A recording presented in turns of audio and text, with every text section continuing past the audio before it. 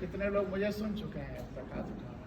मेरी बातचीत जिनसे हो चुकी है इस विद्यालय में, हाथ उठाओ जिन्होंने मेरे प्रोग्राम में यहाँ पर मुझे जिन लोगों ने सब कुछ पहले देखा, सब सुना है वो हाथ उठाओ।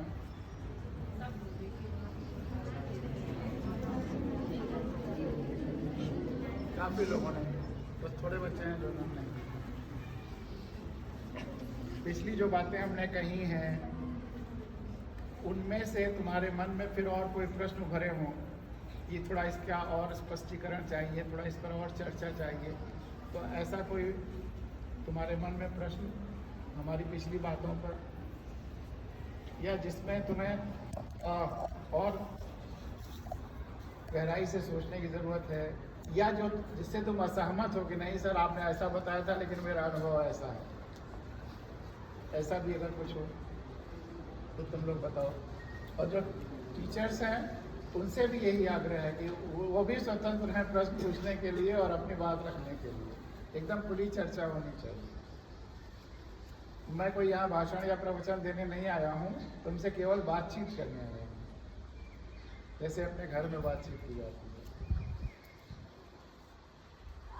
या चलो उन बातों पर नहीं, लेकिन आज तुम प्रश्न कुछ पूछो अपने भविष्य के बारे में, जिंदगी के बारे में, आसपास के बारे में, माहौल के बारे में, या ध्रुव जी ने जो कहा कि धर्म के बारे में, किसी चीज के बारे में कोई प्रश्न तुम पूछना चाहो तो पूछो, सबको पूछना है।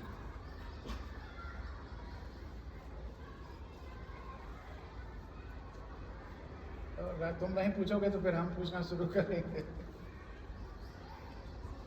खुल करके, बिल्कुल बेहिचक करके।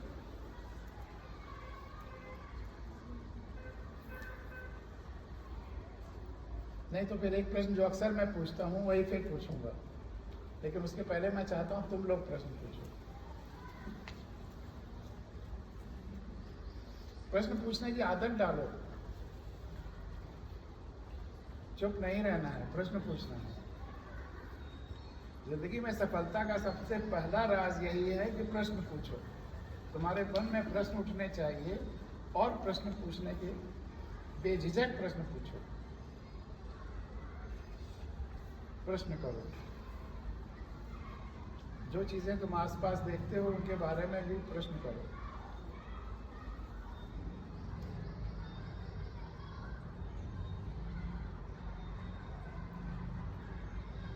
एकदम चुप।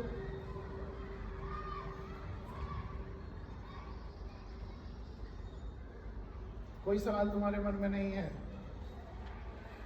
हाँ बोलो, तो कुछ कहना चाहते हो, तुम्हारे मन में कुछ आ रहा है? वेरी गुड, ताली बजाओ। इन्होंने प्रश्न पूछने के लिए।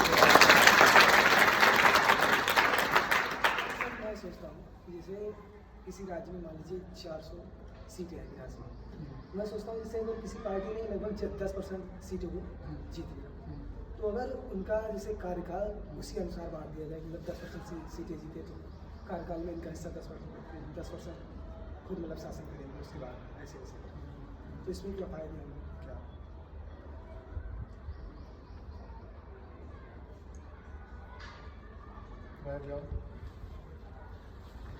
इनके प्रश्न के लिए ताली बजाओ, बहुत अच्छा।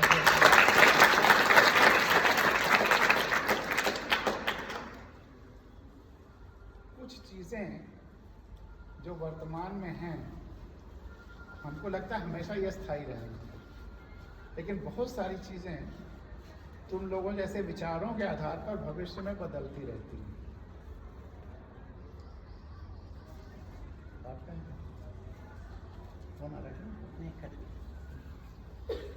क्या तुम्हें पता है, जो तुमने सवाल पूछा इसी आधार पर पूछा, आज हम जिस व्यवस्था में रह रहे हैं उसे क्या कहते हैं?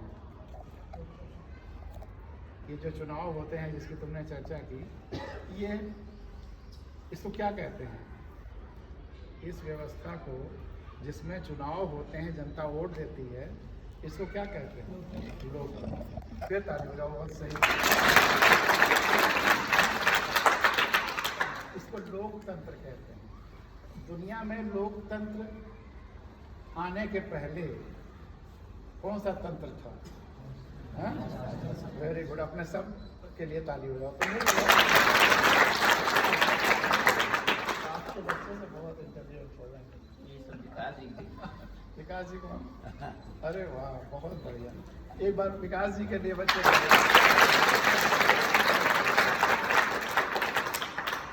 तो राजतंत्र से लोकतंत्र कितने साल पहले लगभग आया? 100 साल से सही हम लोग क्या है, 70 साल हो गया। कितना?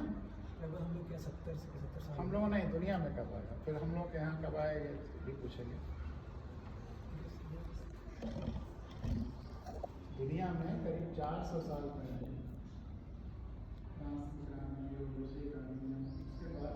राजशाही से लोकतंत्र आया। राजशाही से लोकतंत्र क्यों आया और क्यों इसकी जरूरत महसूस हुई? राजशाही में क्या कमियां थी जिसकी वजह से लोकतंत्र आया?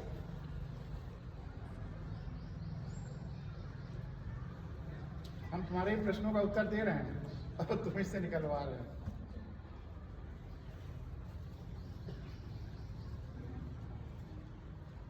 कोई बच्चा बताए कि राजशाही में क्या कमियां थी जिसकी वजह से लोकतंत्र ज्यादा पसंद किया गया और लोकतंत्र आया? या राजशाही और लोकतंत्र में क्या अंतर है?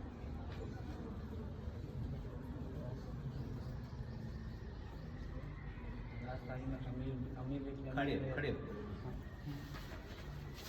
राजशाही में अमीर जो था वो अमीर रहता था और गरीब गरीबी रहता था। एक चलो ये भी है, लेकिन मूल अंतर क्या है राजशाही में और लोकतंत्र? लोकतंत्र में ये है कि लोकतंत्र में सबको समान रहता है, सबको समान होता है लोकतंत्र में। और राजतंत्र में जो राजा रहता है, राजा बेटा राजा राजा बेटा राजा चलता है। मतलब उसमें एक ही परिवार में सारी सत्ता रहती थी और राजा को सारी सत्ता है, उसके बेटे को सारी सत्ता है। लोकतंत्र में समान अधिकार तो राजशाही में भी हो सकता था कि राजा तो राजा रहेगा, उसका बेटा भी राजा रहेगा, लेकिन बाकी लोगों को समान अधिकार। तो समान अधिकार एक क्वालिटी है लोकतंत्र की, लेकिन लोकतंत्र की सबसे बड़ी क्वालिटी ये है कि जनता मालिक है, लोग ही मालिक है और बाकी सब सेवक हैं। राजा वाजा कुछ यहाँ खत्म हो गया। पब्लिक अपनी सेवा के लिए चुनाव करती है। जो सेवक चुने जाते हैं, जिनको आप विधायक या सांसद या प्रधान या नगर निकाय के जो भी कहते हैं, वह सब के सब सेवक हैं, मालिक जनता है। तो सबसे बड़ी बात कि मालकियत देश की अब एक परिवार या एक व्यक्ति से हट करके सारे लोगों में बढ़ जाती है, सारे लोग ही मालिक बन जाते हैं। तो सबसे बड़ा अंतर राजशाही और लोकतंत्र का क्या हुआ? जो भी मैंने बताया, कोई बच्चा बताया, जब पहले राजा थे और अब जब लोकतंत्र आया तो लोकतंत्र और राजतंत्र में क्या अंतर है? जो भी मैंने बताया सबसे बड़ा अंतर। तुम ही लोगों को रिपीट करो जो मैंने अभी कहा है, बताओ बताओ बताओ। इसमें जनता के द्वारा शासन होता लोकतंत्र में। हाँ, वेरी गुड। राजा का बेटा राजा या राजा का बेटा, वही सत्ता उसी के पास है। सही, ताली बजाओ इन्होंने।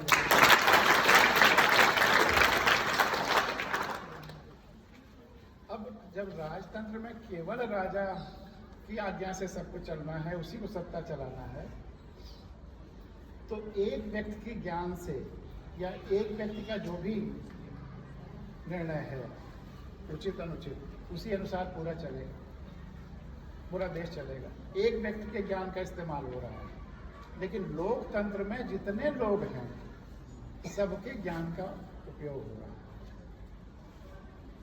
जनता में जो जो ज्ञान है सब उभरेगा लोकतंत्र में, क्योंकि सत्ता सबके पास है। किसी एक व्यक्ति की राय से नहीं, बल्कि सारे लोगों की राय से व्यवस्था चलती है। इसलिए सबका भला होना चाहिए, इसी भाव से लोकतंत्र पैदा हुआ। अब उसमें क्या कमियां रह गई वह चर्चा का अलग विषय है, लेकिन राजतंत्र से लोकतंत्र बेहतर रहा। इसीलिए पूरी दुनिया में राजतंत्र त्याग करके धीरे धीरे हर जगह लोकतंत्र आया। भारत में लोकतंत्र कब आया? और भारत में लोकतंत्र कब आया? 50 में। अब सही होगा, ताली बजाओ।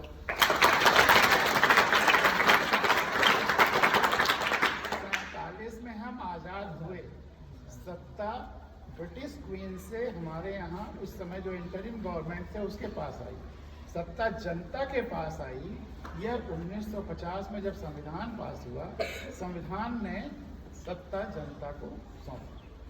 तो 1950 में सही कहा तुमने, संविधान ने सत्ता 1950 में जनता को सौंपी। 1950 से हम लोकतंत्र हुए। अब लोकतंत्र का भी इवोल्यूशन होना है। लोकतंत्र में भी बहुत सारी कमियां हैं। एक कमियां तुमने यही बताई कि किसी को 10% मिला हुआ है, उसका कोई भागीदारी ही नहीं है। जो मेजॉरिटी जिसको हो गई उसी की भागीदारी।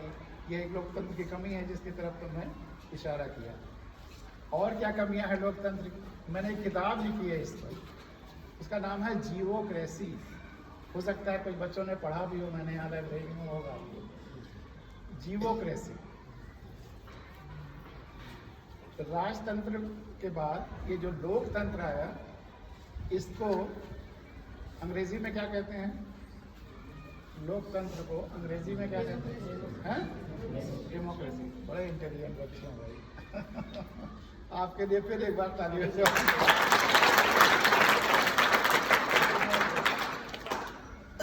अब बताओ डेमोक्रेसी का क्या मतलब होता है?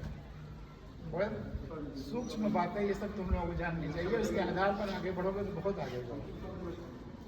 डेमोक्रेसी का क्या अर्थ होता है?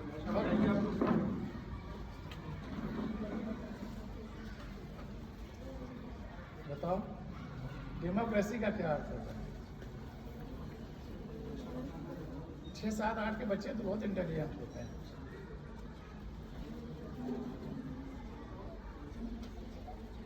इधर बताओ। हाँ,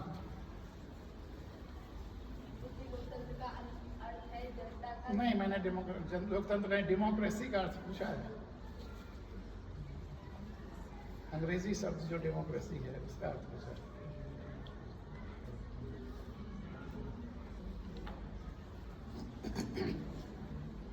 यार, डेमोक्रेसी की उत्पत्ति कैसे हुई? शुरुआत डेमोक्रेसी की कैसे हुई? हैं? इस शब्द की उत्पत्ति कैसे हुई? हैं? हाँ, लैटिन भाषा से। ठीक है। डिमोस, लोग नहीं, डिमोस है वहाँ पे। डिमोस मतलब लोग, और क्रेसी मतलब व्यवस्था, सभी लोगों की व्यवस्था। यह है डेमोक्रेसी।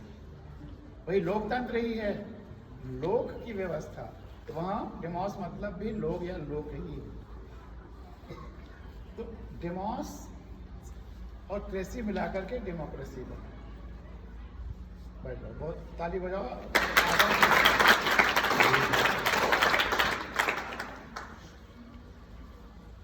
तो लोक डेमोक्रेसी या लोकतंत्र हुआ जनता की व्यवस्था, लोगों की व्यवस्था, लोगों द्वारा, लोगों के ज्ञान से चल रही व्यवस्था। लेकिन जो लोकतंत्र लोगों के ज्ञान से चल रही है, लोकतंत्र आने के बाद भी हमने क्या किया? मनुष्यों का तो भला किया काफी हद तक, क्योंकि वोट लेना था तो उनसे काफी हद तक उनकी देखभाल की। लेकिन पेड़ों पौधों को क्या किया? कितने पेड़ काट डाले। नदियों का क्या किया? पहाड़ों का क्या किया? जमीन धरती का क्या किया? अगर किसी का 4 डिग्री टेम्परेचर बढ़ जाए तो क्या कहते हैं? उसको बुखार हो गया। और पिछले डेमोक्रेसी आने के बाद धरती का टेम्परेचर 4 डिग्री बढ़ गया है।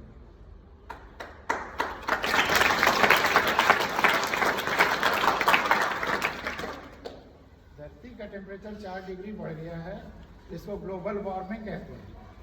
जिसकी वजह से जो हमारे बड़े बड़े ग्लेशियर्स हैं, चाहे वो नॉर्थ पोल पे हों चाहे साउथ पोल पे हों, वो पिघल रहे हैं। यानी कि हमारी धरती माँ को बुखार है। और धरती हम सब की माँ है। जितने व्यक्ति इस धरती पर हैं, धरती सबकी माँ है। इसमें कोई कहीं भी संदेह किसी का? धरती, इस धरती पर रहने वाले सभी व्यक्तियों की, सभी जीवों वनस्पतियों की, सबकी माँ है। इसमें कोई किसी को संदेह है कि धरती हम सबकी माँ है? संदेह है कि नहीं है? संदेह है कि नहीं है? नहीं है। तो धरती हमारी माँ है और माँ को बुखार हो गया है। हमारे लोकतंत्र के रहते हुए भी, यानी कि लोकतंत्र में कुछ और परिवर्तन की गुंजाइश है ताकि धरती स्वस्थ रहे।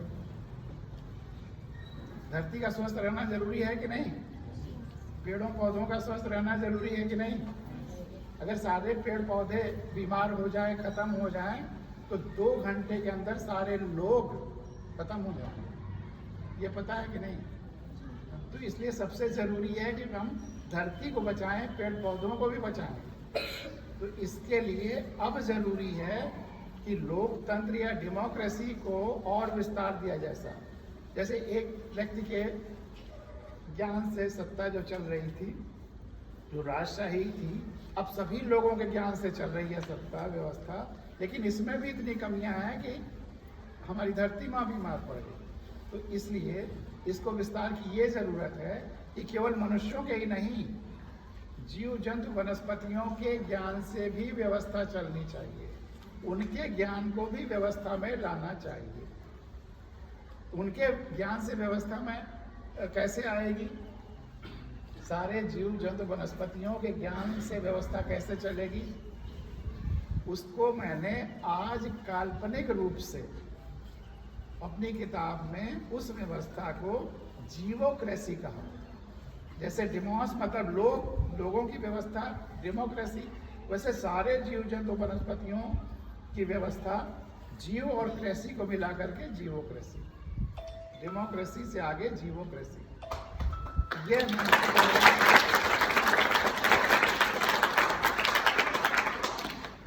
1997 में मेरी किताब जीवोक्रेसी है, जिसमें यह परिकल्पना है कि डेमोक्रेसी में बहुत सारी कमियां हैं, इसको ठीक करना है। इसका अल्टीमेट तो ये होगा कि जब सारे जीव जंतु वनस्पतियों को भी वोट देने का हक मिल जाए, यह अल्टीमेट है। लेकिन उस यात्रा में एक तुम्हारे लिए बहुत महत्वपूर्ण बात मैं करते हैं। वो मैंने कहा ना कि कैसे कैसे डेमोक्रेसी भी आगे बढ़ी है। जब डेमोक्रेसी आई तो तुम्हें क्या पता है कि महिलाओं को वोट देने का हक नहीं था, केवल पुरुष वोट देते थे। ये पता है? महिलाओं को वोट देने का हक आया। फिर अमेरिका जब ये आज़ाद हुआ और उसमें डेमोक्रेसी आई, तो शुरुआत में जो निरक्षर थे, जो पढ़ लिख नहीं पाते थे, उनको भी वोट देने का हक नहीं था। पता है? अब धीरे धीरे महिलाओं को भी वोट देने का हक मिला, जो पढ़ लिख लेते हैं उनको भी वोट देने का हक मिला। लेकिन अभी भी एक बहुत बड़ा समाज का हिस्सा है जिसको वोट देने का हक नहीं है। जानते हो कौन? हैं? हाँ, खड़े हो जाओ, ताली बजाओ।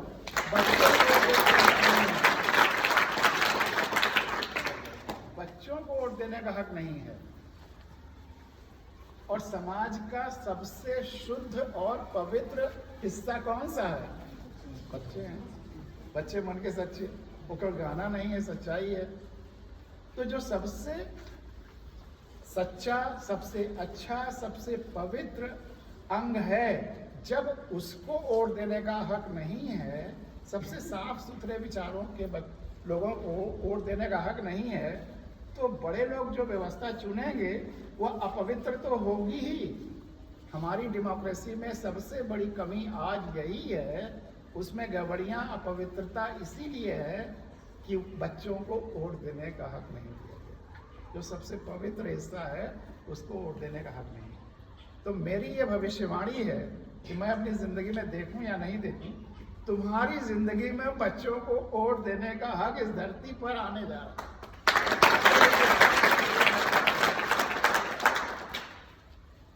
धरती पर बच्चों को वोट देने का हक आने जा रहा है।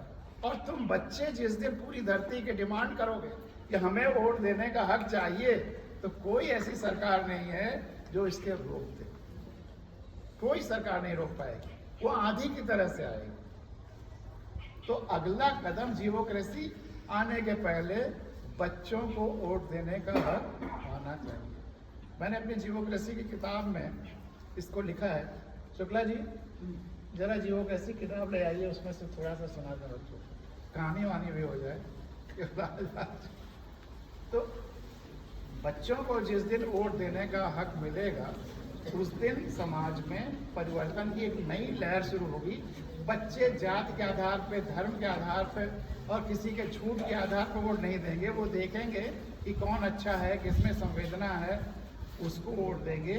तो जो तुम्हारी समस्या है कि जो 10% पाए हैं उनको भी मिलना चाहिए अधिकार सत्ता में रहने का, वो इसी वजह से ये सब भाव आता है कि जब जो मेजॉरिटी पा करके गलत कर रहा है तो लगता है कि थोड़े थोड़े इनको भी मिल जाए तो शायद कम गलती हो, शायद दोनों एक दूसरे को मिल करके एक दूसरे की गलतियों को रोकने की कोशिश करें, या कोई कम गलत करे कोई सही गलत करे। क्योंकि जितने हैं, चाहे 10% पाने वाले चाहे 70% पाने वाले, एक चीज़ तो सब में कॉमन है जिसको कि तुम बच्चे बेहतर तरीके से समझ सकते हो कि जो भी चुनाव में करोड़ों अरबों रुपए खर्च करके चुनाव जीत रहा है, वह जीतने के बाद क्या जो वादे करके जा रहा है, जो प्रॉमिस करके जा रहा है उसको करेगा, या जितना खर्च किया है उससे कई गुना कमाएगा? हर बच्चा समझ सकता है। तो इसलिए उसको वोट दो जो खर्च नहीं कर पा रहा बेचारा, जो तुमसे ही मांग करके कह रहा है कि हमको विधानसभा लोकसभा में जिताओ, हम तुम्हारे ही प्रतिनिधि बनेंगे, तुम्हारी आवाज़ वहाँ रखेंगे। जो किसी करोड़ों अरबों खर्च कर रहा है, अगर अपना खर्च कर रहा है तो व्यापार कर रहा है, कई गुना कमाने जा रहा है। अगर किसी पार्टी का या किसी पूंजीपति का खर्च कर रहा है तो जीतने के बाद उनकी आवाज़ बनेगा विधानसभा या लोकसभा में, उनके हित में या इंटरेस्ट में बोलेगा, तुम्हारे इंटरेस्ट में नहीं बोलेगा। तुम्हारे इंटरेस्ट में वही बोलेगा, तुम्हारे इंटरेस्ट में वही बोलेगा जो तुम्हारे सहयोग से चुनाव जीत करके जाए। तो इसलिए बच्चों का मताधिकार जरूरी है। अब इस पर एक कहानी छोटी सी,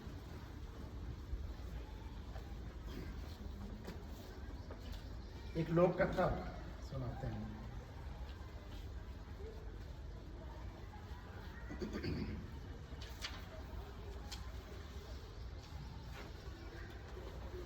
कहाँ से बात शुरू हुई थी, हम लोगों ने क्या सोचा था क्या चर्चा करेंगे, और बच्चों के मताधिकार पर चर्चा शुरू हो गई जो बहुत जरूरी है।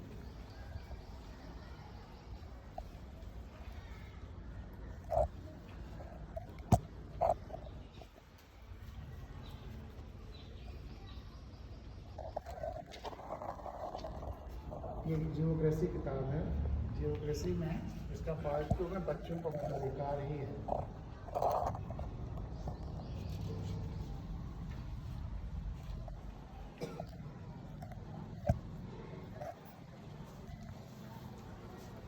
डेमोक्रेसी के आइडिया पर ही लोगों से और चर्चाएं हो रही थी।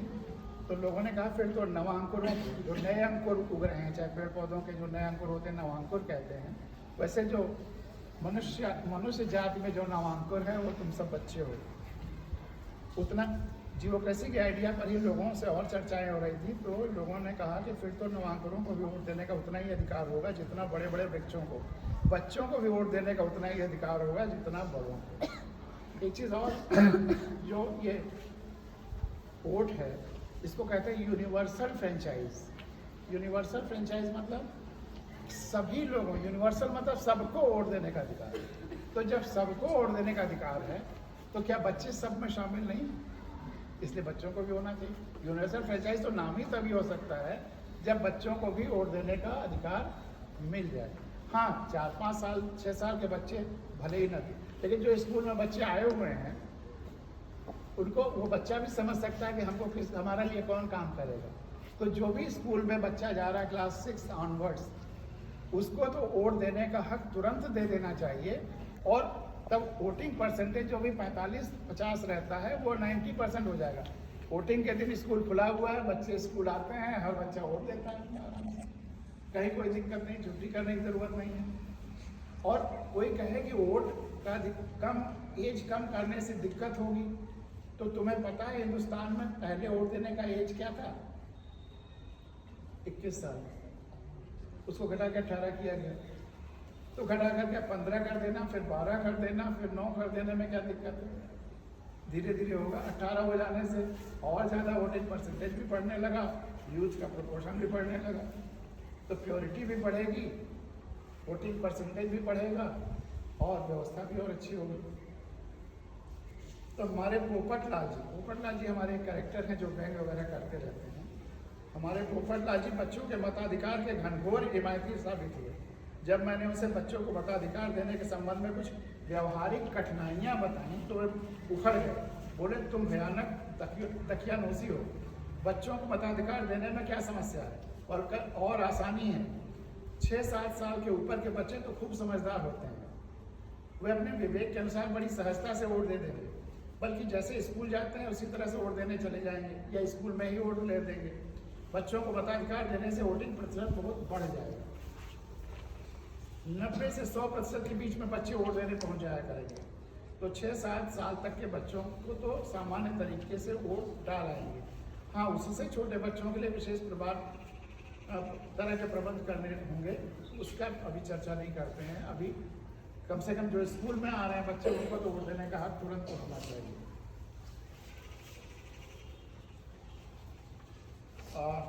तमाम सारी चीज़ों को छोड़ते हुए, हाँ, वोट देने का एक फ़ायदा बच्चों को यह है कि बच्चे का अभी बहुत जीवन आगे बाकी है। जो बच्चा 10 साल का है, अभी 60-70 साल उसके आगे जिंदा रहना है, तो उन 60-70 सालों के बारे में सोचेगा।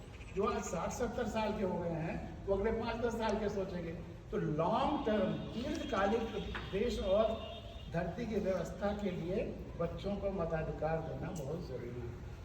बच्चे बहुत दूर की सोचेंगे क्योंकि उनका जीवन लंबा है, और जो बहुत एजेड हैं और वो कितने साल का सोचेंगे।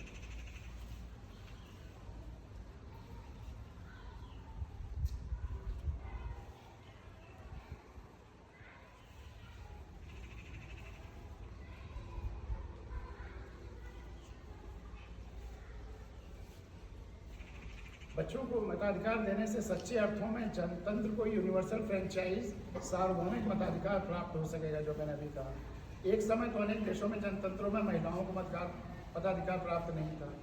आज कल्पना भी नहीं किया जा सकता कि महिलाओं को मताधिकार नहीं था। वैसे ही जब बच्चों को मताधिकार मिल जाएगा तो उसके बाद के वर्षों में कल्पना करना भी मुश्किल होगा कि धरती पर कभी बच्चों को मताधिकार नहीं था। जब एक साधक से इस विषय पर चर्चा हुई तो उन्होंने कहा कि आप तो यह तो परम आवश्यक है, इसे शीघ्र हो जाना चाहिए। दुनिया में जितने भी साधक, संत, महात्मा, सूफी, वीर, महापुरुष भी हैं, सबकी साधना एक ही रही है। जितने भी आज तक महापुरुष या वीर, पैगंबर, महापुरुष, अवतार, सबकी साधना एक ही रही है। तो कोई बच्चा बताएगा सबकी साधना क्या है? किस चीज़ की साधना सब ये संत, महात्मा, महापुरुष करते रहे हैं? नहीं, वो बच्चे जैसे हो जाए, बच्चे जैसे सहज हो जाए। बच्चे जैसा हो जाना किसी भी साधक की सबसे बड़ी साधना है। तो तुम सब जैसा हो जाना, यही सबसे बड़ी साधना है बड़े लोगों की। तो जो सबसे बड़ा साधक है उसको वोट देने का अधिकार मिल जाए, इससे अच्छी और क्या बात है व्यवस्था में। तो सबकी साधना रही है बच्चों जैसा हो जाने की साधना, बच्चों जैसा सहज, सरल, निर्मल हो जाने की साधना, अपने अंदर के बचपन को बचाए रखने की साधना। जब बचपन हमारी साधनाओं का अंतिम लक्ष्य है तो फिर उसी सचमुच के बचपन की राय व्यवस्था के निर्माण में क्यों न दिया जाए। वैसे भी आप किसी भी व्यक्ति से थोड़ी भी देर बात करिए तो अपने प्रवाह में आकर अपने बचपन के दिनों में आ जाएगा। कहने लगेगा कि वे क्या दिन थे, कितने आनंद के दिन थे, हम कितने सुखी थे, संतुष्ट थे, अच्छे थे। तो फिर जो बच्चे उस अच्छे समय और अच्छाई से गुजर रहे हैं, उनके अच्छेपन का लाभ व्यवस्था के निर्माण में क्यों न लिया जाए। मेरे और मित्रों ने अक्सर सवाल पूछा कि बच्चों को कोई फुसला बहला फुसला तो नहीं देगा। मैं इस बात से इनकार नहीं कर सकता। संभव है कुछ बच्चे बहलावे फुसलावे में आ जाएं, लेकिन ऐसे बच्चों का प्रतिशत उन बड़ों से बहुत ही कम होगा जो मतदान के समय तमाम सारे बहलावों फुसलावों में आ जाते हैं। बच्चों में अंतरात्मा की आवाज़ कहीं ज़्यादा खुली हुई और स्पष्ट और बेबाक होती है। अब एक कहानी जिसमें कहा कि मैं लोक कथा सुना रहा हूँ, वो एक हो सकता है तुम्हारी किताबों में एक चैप्टर भी हो, और किंग विद डिवाइन क्लॉथ्स करके एक कहानी है अंग्रेजी में, और एक ये लोक कथा भी है, इसी के आधार पर वो कहानी। बच्चों को मताधिकार देने के सिलसिले में एक पुरानी बहुत प्रचलित कहानी याद आती है। एक राजा था, उसे झक सवार हो गया कि हम दैवीय वस्त्र या डिवाइन कपड़े पहनेंगे। तो उसने चारों तरफ मुनादी करा दी, घोषणा करा दी कि जो हमें दैवीय वस्त्र लाकर पहना देगा उसे इतना इतना, जैसे पहले कहानियों में होता है कि इतना इनाम देंगे। तमाम लोग आए, राजा ने सवाल किया, रिजेक्ट कर दिया। एक व्यक्ति आया, उसने कहा कि राजन, हम आपको दैवीय वस्त्र, ईश्वरीय वस्त्र पहना देंगे, और लेकिन हम उसके लिए हमें बड़ी साधना करनी पड़ेगी, इतना धन आप दे दीजिए तो हम आपको डिवाइन वस्त्र पहना देंगे। राजा ने हमको पैसा तो दे दिया, कहा कि अगर तुम नहीं पहना पाए तो तुम्हारा सर कलम कर दिया जाएगा, जैसा कि इस तरह कहानियों में अक्सर होता है। और उसको कुछ समय दिया गया था, 10-15 दिन का, 15 दिन का मान लो। तो 15 दिनों बाद वो व्यक्ति ताला लगा हुआ एक बड़ा बक्सा लेकर राजा के सामने उपस्थित हुआ और बोला, राजन, मैं दैवीय वस्त्र लाने में सफल हुआ। चलिए मैं पहले एकांत में ये वस्त्र आपको दिखाता और पहनाता हूँ। राजा को तथा उस बक्से को वह अलग कक्ष में ले गया। ताला से खोलने के पूर्व राजा से बोला, राजन, दैवीय वस्त्र तो मैं ले आया हूँ, ईश्वरीय वस्त्र तो मैं ले आया हूँ तथा आपको पहना भी दे रहा हूँ, लेकिन यह उन्हीं को दिखाई देगा जो चतुर और बुद्धिमान है। लेकिन ये उन्हीं को दिखाई देगा जो चतुर और बुद्धिमान है, मूर्खों को नहीं दिखाई देगा। कहीं कहीं पर यह भी मिलता है कि वह व्यक्ति राजा से कहता है कि राजन, इसका एक दूसरा वर्जन भी कहीं कहीं लोक कथाओं में मिलता है, ये राजन ये वस्त्र उसी व्यक्ति को दिखाई देंगे जो अपने पिता की असली संतान। यह कहकर उसने बक्सा खोला। बक्सा एकदम खाली था, लेकिन राजा कैसे कहता है कि उसमें कुछ नहीं है, उसे अपने को मूर्ख तो नहीं से दिखाना।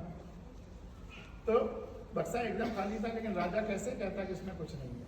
उसने कहा, वाह, क्या दिव्य दैवीय वस्त्र है। उस व्यक्ति ने पूछा, राजन, आप देख रहे हैं ना इन दैवीय वस्त्रों की सुंदरता, चमक? राजा ने कहा, स्पष्ट देख रहा। अब उस व्यक्ति ने कहा, राजन, आप इसे एक एक करके धारण करिए। यह लीजिए यह वस्त्र, यह लीजिए फला वस्त्र।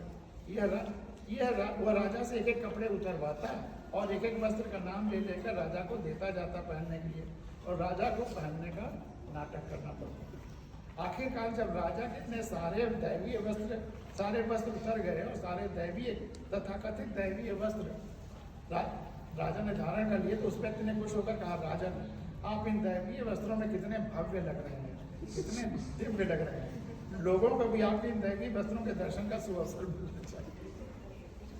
राजा को उसकी बात माननी पड़ी।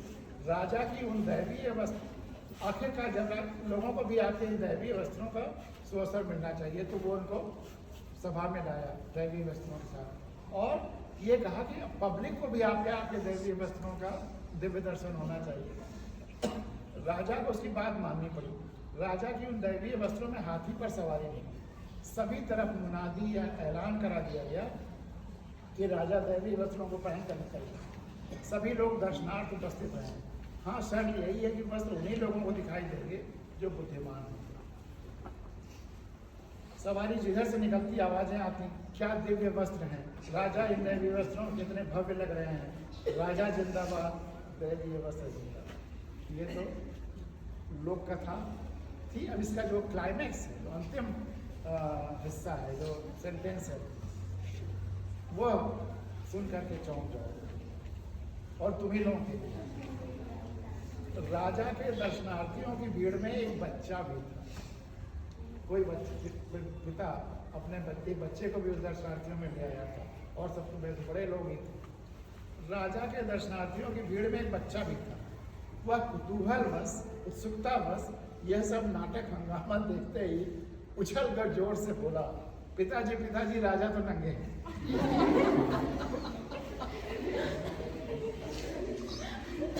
सारा नाटक उसने पर्दाफाश कर दिया। ऐसे ही तुम लोगों को जो वोट देने का हक मिल जाएगा तो आज तक जितना डेमोक्रेसी में नाटक हुआ है सबका पर्दाफाश हुआ, वहां सच्चे लोग। लेकिन उसके लिए शुरू में जो मैंने कहा था तुम लोगों को बोलना पड़ेगा, चुप नहीं रहना होगा। जब मैं तुम लोगों से कह रहा हूँ प्रश्न पूछो प्रश्न पूछो प्रश्न पूछो, जिस दिन बच्चे प्रश्न पूछने लगे सारे झूठ का समाज के पर्दाफाश हो गया, चाहे वो धर्म में हो, चाहे व्यवस्था में हो, चाहे जहाँ हो। तो उसका एक ही रास्ता है, तुम बच्चे। तो राजा के दर्शनार्थियों की भीड़ में एक बच्चा भी था, वह कुतूहल बस ये सब नाटक हंगामा देखते ही उछल कर बोला, पिताजी पिताजी राजा तो नंगे हैं। अब क्या हुआ, क्या होना चाहिए, क्या हुआ होगा? इसके बाद क्या हुआ होगा?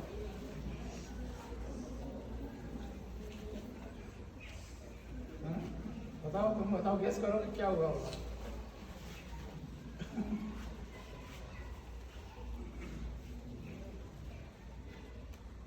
इसको हम बच्चों को मताधिकार नहीं, उसके राजशाही थी।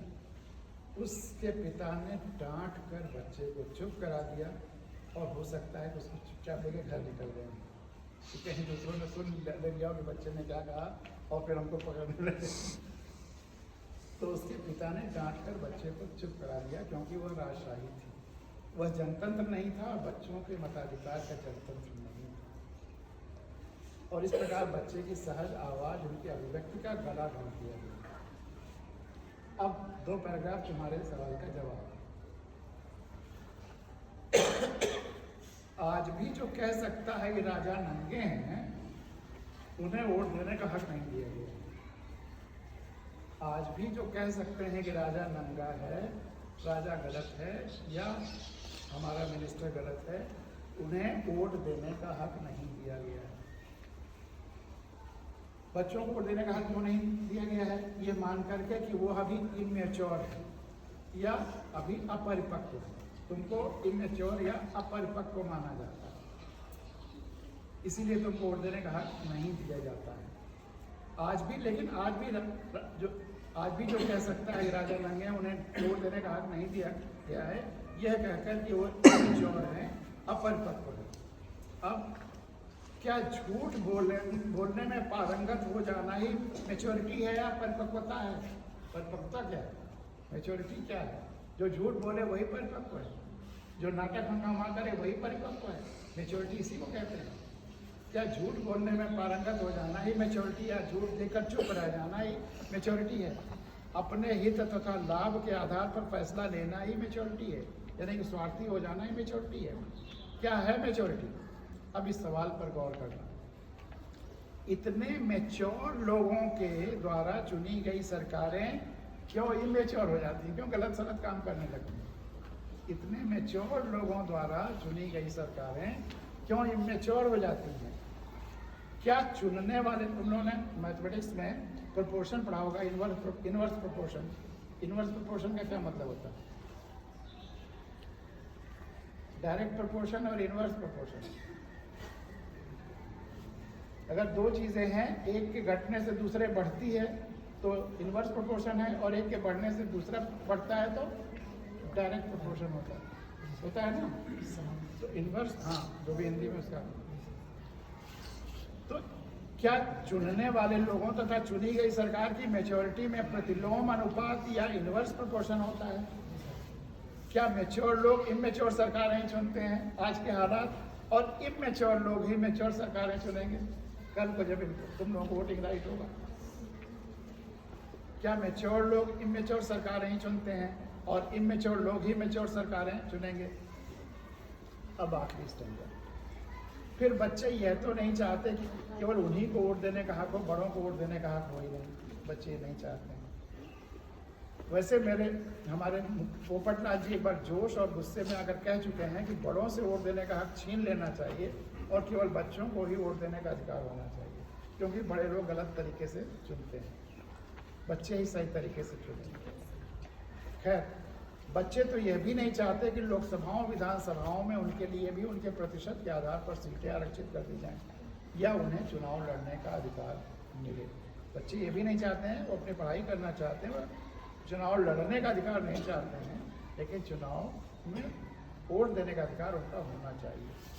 वे बस इतना ही चाहते हैं, आखिरी लाइन, वे बस इतना ही चाहते हैं कि जब राजा को नंगा देखें और सहज रूप से कह दें कि राजा नंगा है, तो उन्हें सुना जाए, उन्हें चुप न कराए।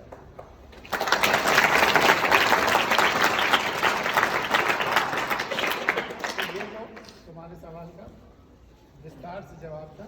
वैसे डायरेक्ट जवाब ये है कि प्रोपोर्शनल रिप्रेजेंटेशन का जो तुम बात करते हो, कई देशों में इस पर प्रयोग भी हो रहे हैं और आइडियली वो होना चाहिए कि उतने टाइम तक उनको सत्ता में होना चाहिए।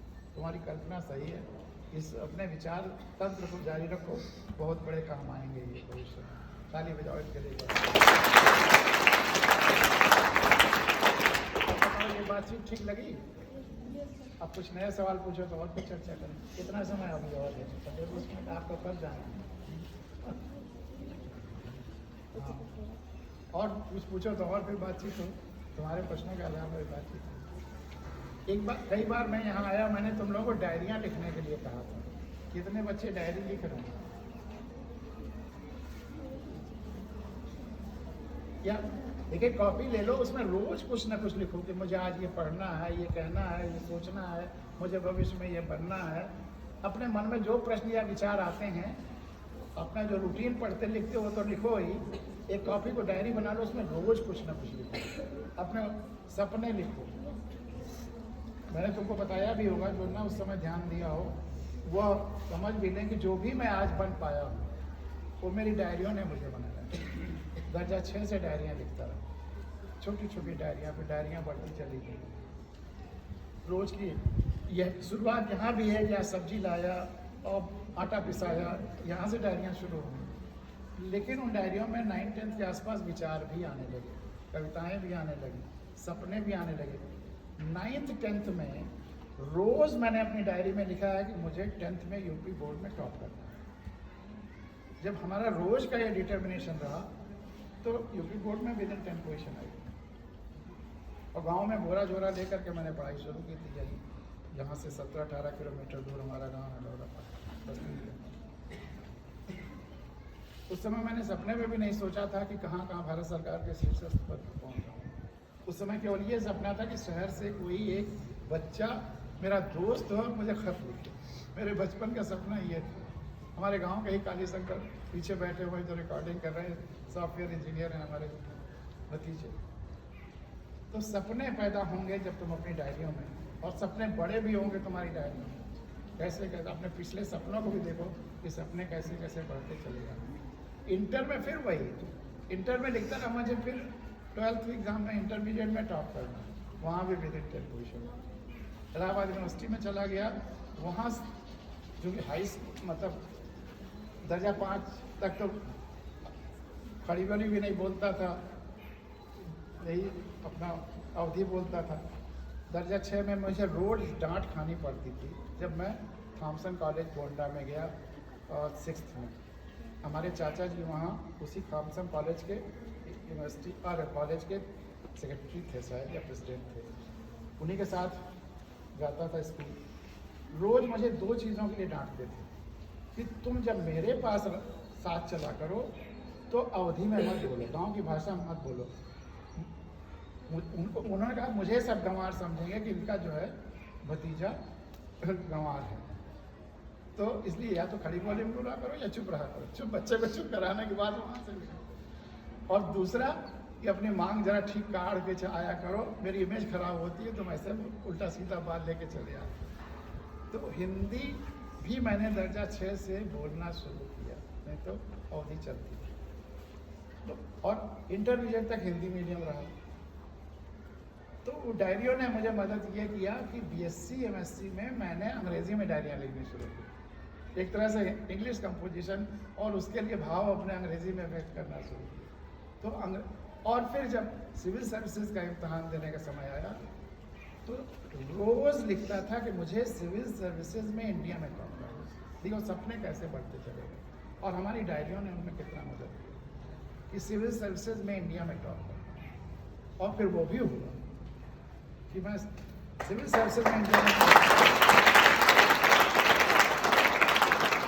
ये डायरियाँ लिखना, इसलिए मैं कहता हूँ कि तुम्हारी डायरियाँ तुम्हारे पंख की तरह से काम करेंगी, और जो तुम सोचोगे सब हो जाएगा। असंभव है कि जो तुम अपने डायरियों में रोज लिखो वो ना हो जाए। दरअसल तुममें सब कुछ होने की संभावना है, तुम्हें अनंत संभावना है। उस अपने संभावना को तुम केवल उतारो कागज पर, और वो संभावनाएं और सपने तुम्हारे आगे ले जाएंगे। तुम में से हर बच्चा ईश्वर ने विलक्षण अद्वितीय शक्तियों के साथ भर के भेजा। तुम जो चाहते हो जाओगे, बस अपने को पहचानो। तुम में अंदर जो छिपी शक्तियां हैं उनको पहचानो। व्यवस्था का काम यही है, माता पिता पेरेंट्स का सबका काम यही, तुम्हारी जो शक्तियां हैं उनको पहचाने और उस दिशा में ले जाए। लेकिन तुम खुद अपने को पहचानो, ये सबसे अच्छा है, तब तुम्हें कोई रोक नहीं सकता। तो मैं चाहता हूँ कि तुम सब डायरी, कोई जरूरी नहीं कि जो डायरियाँ बड़ी बड़ी बिकती हैं मार्केट में, वो नहीं, एक 64 पेज की कॉपी लेकर के और उसको उस पर अपनी डायरी बना लो, उसको लिखना शुरू करो। मेरी दर्जा 6 से 8 तक की डायरियाँ सबसे बड़ी निधि हैं। वो मेरे लिए किसी भी बड़े संसाधन और धन से बड़ी हमेशा मेरे पास है। तो ये मैं तुम सबको कहूँगा कि डायरियाँ ज़रूर लिखो, तुम्हारे हर सपने पूरे।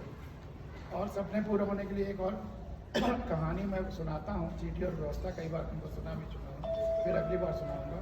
आज सोचता हूँ कि यही अपनी बात खत्म करूँ। तुम्हारे और कोई प्रश्न हो तो उस पर और चर्चा करें, छोटे छोटे प्रश्न।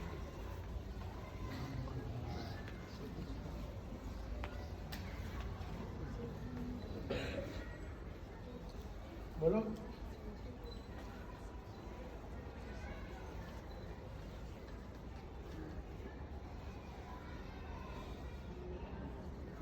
कोई सवाल?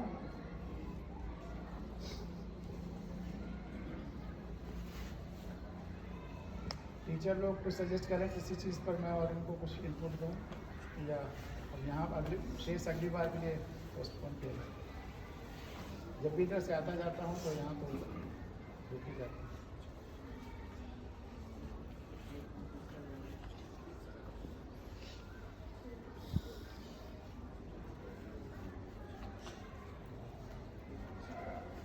मैं ढेर सारी किताबें ले आया हूँ। जो लोग इंजीनियरिंग में बैठना चाहते हैं 12th के बाद, उनके लिए फिजिक्स, केमिस्ट्री, मैथमेटिक्स और उन सब की ढेर सारी किताबें हैं। लेकिन वो इंग्लिश में है। तुम लोग हिंदी मीडियम में तैयारी करोगे कि इंग्लिश मीडियम में कोई इंजीनियरिंग की तैयारी करोगे?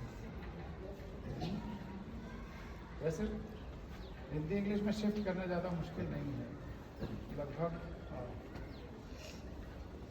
जितना हम लोग पढ़ते हैं हाई स्कूल इंटर में अंग्रेजी, उसी से फिर शिफ्टिंग हो जाती है। तो यहीं अपनी बात खत्म करें।